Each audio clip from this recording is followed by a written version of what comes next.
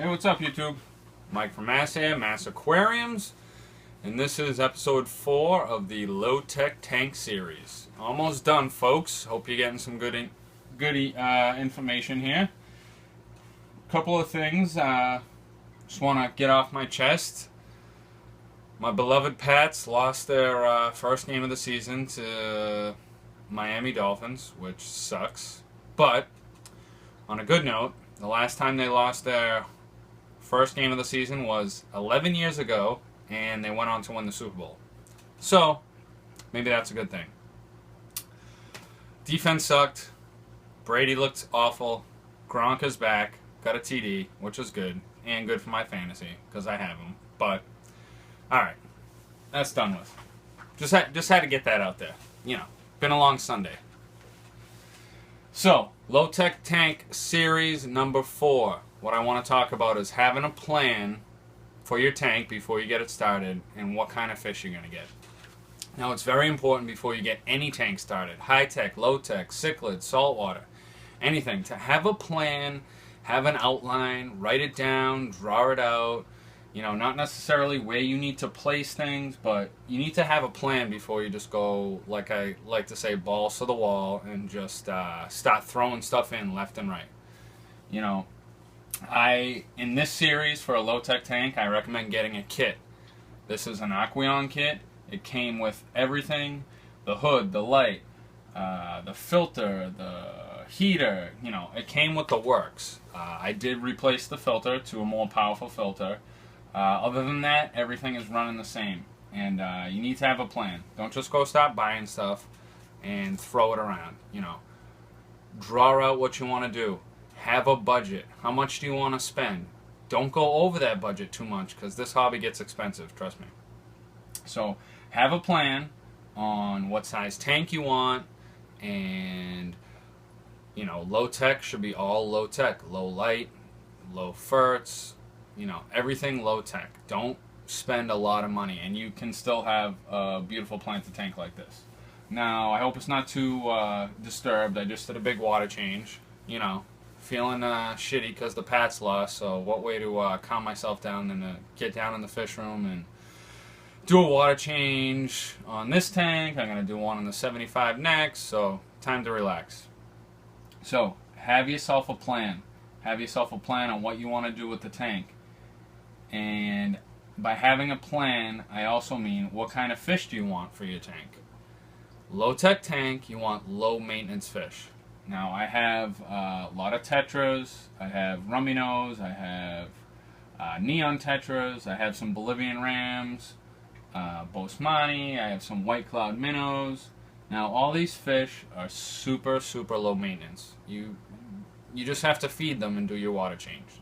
And by low-tech fish, low-tech tank, low-tech fish, I mean, don't go throwing German blue rams in here. You need to take care of those kind of fish. They have to have certain water parameters. They're very, very delicate. You can't go mixing African cichlids in a tank like this. Fish are gonna die like crazy. You know, at one point I had a few angels in here, and you know, they got too big. This was a 30-gallon, so once they got big enough, I threw them in my 75. But if you plan on getting a nice, you know, 30-gallon tank, you got to know what size fish you need. If you're going to get a bigger tank, then by all means, get fish that can be bigger. I got 2 Bosmani in here, and that's probably enough for this tank. These guys do need a lot of room to swim, but I also have a big 75 with tons of rainbows, so at any time I can just switch them over. But have yourself a plan. Write down on a piece of paper, what size tank do you want? How much money do you want to spend? How much money do you want to spend on plants? How much money do you want to spend on fish? How often do you want to take care of stuff? Do you want to do water changes every 2 or 3 weeks? Do you want to do water changes every week?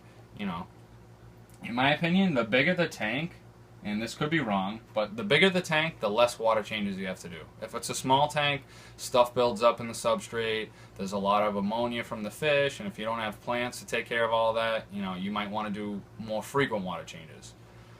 If you have a big 75, 125 that's highly, highly planted, even if it's a low-tech tank, in my experience, you don't have to do as many water changes. You still should stick to your regular maintenance and stay consistent.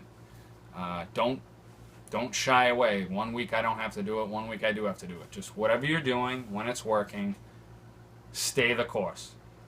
Dose what you need to dose. Don't change it. Do your water changes once a week, once every 2 weeks, whatever you can get away with. But don't change that. Don't get lazy. Even though it's a low-tech tank, you still have to take care of the tank and the fish.